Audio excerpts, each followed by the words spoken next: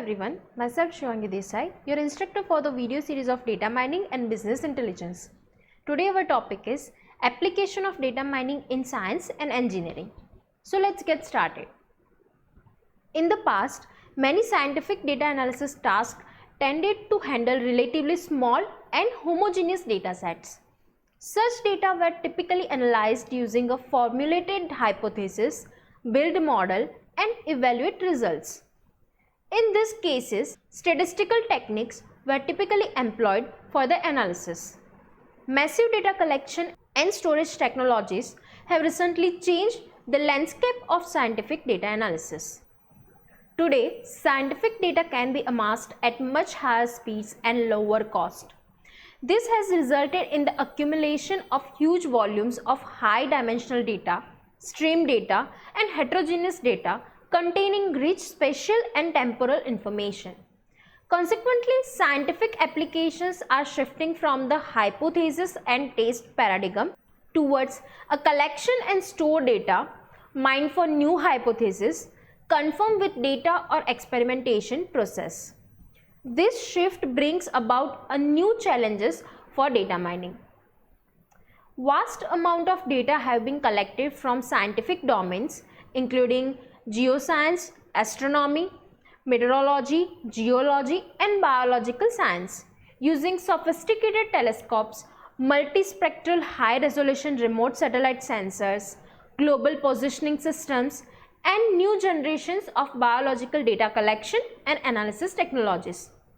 Large data sets are also being generated due to fast numeric simulations in various fields such as climate and ecosystem modeling, chemical engineering, fluid dynamics, and structural mechanics. So let's have a look at some of the challenges brought about by emerging scientific applications of data mining. So first one is data warehouses and data preprocessing. Data preprocessing and data warehouses are critical for information exchange and data mining. Creating a warehouse often requires finding means for resolving inconsistent or incompatible data collected in multiple environments and at different time periods. This requires reconciling semantics, geometry, measurements, accuracy, and precision. Methods are needed for integrating data from heterogeneous sources and for identifying events. For instance, consider climate and ecosystem data, which are spatial and temporal and require cross-referencing geospatial data. A major problem in analyzing such data is that there are too many events in the spatial domains but too few in the temporal domain. Next is mining complex data types. Scientific data sets are heterogeneous in nature. They typically involve semi-structured and unstructured data such as multimedia data and georeference stream data, as well as data with sophisticated, deeply hidden semantics. Robust and dedicated analysis methods are needed for handling spatiotemporal data, biological data, related concept hierarchies, and complex semantic relationships. For example, in bioinformatics, a research problem is to identify regulatory influences on genes. Gene regulation refers to how genes in a cell are switched on or off to determine the cell's functions. Different biological processes involve different sets of genes acting together in precisely regulated patterns. And that's why, to understand a biological process, we need to identify the participating genes and the regulators. Next is graph-based and network-based mining. It is often difficult or impossible to model several physical phenomena and processes due to limitations of existing modeling approaches. Alternatively, label graphs and networks may be used to capture many of the spatial, topological, geometric, biological, and other relational characteristics present in scientific data sets.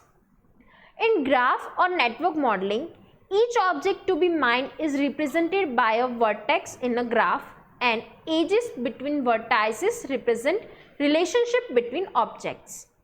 For example, graphs can be used to model chemical structures, biological pathways, and data generated by numeric simulations such as fluid flow simulations.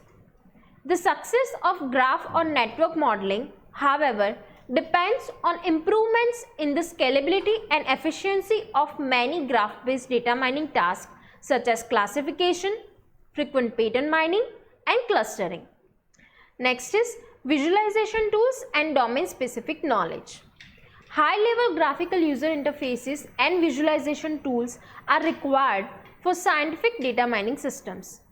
This should be integrated with existing domain-specific data and information system to guide researchers and general users in searching for patterns, interpreting and visualizing discovered patterns, and using discovered knowledge in their decision making.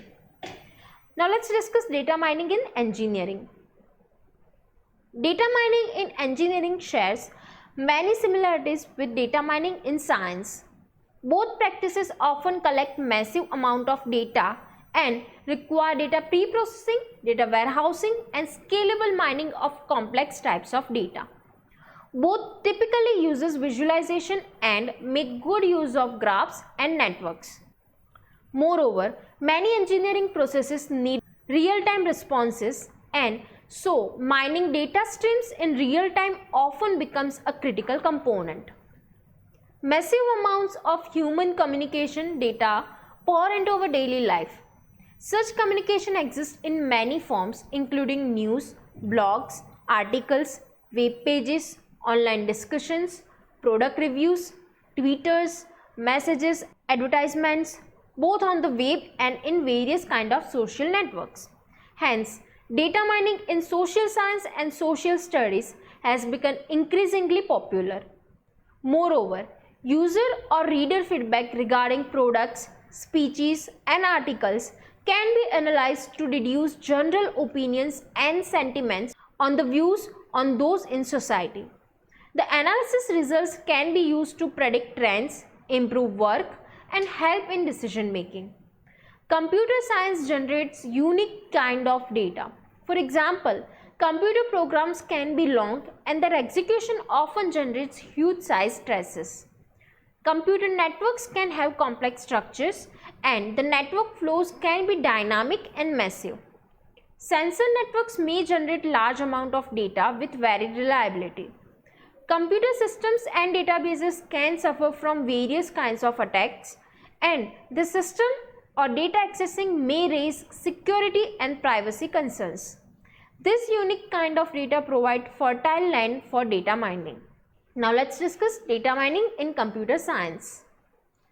Data mining in computer science can be used to help monitor system status, improve system performance, isolate software bugs, detect software plagiarism, analyze computer system faults, uncover network intrusions, and recognize system malfunctions. Data mining for software and system engineering can operate on static or dynamic data depending on whether the system dumps traces beforehand for post-analysis or if it must react in real time to handle online data. Various methods have been developed in this domain which integrate and extend methods from machine learning, data mining, software and system engineering, pattern recognition, and statistics. Data mining in computer science is an active and rich domain for data miners because of its unique challenges. It requires the further development of sophisticated, scalable, and real-time data mining and software or system engineering methods. So that's it for this lecture. Thank you.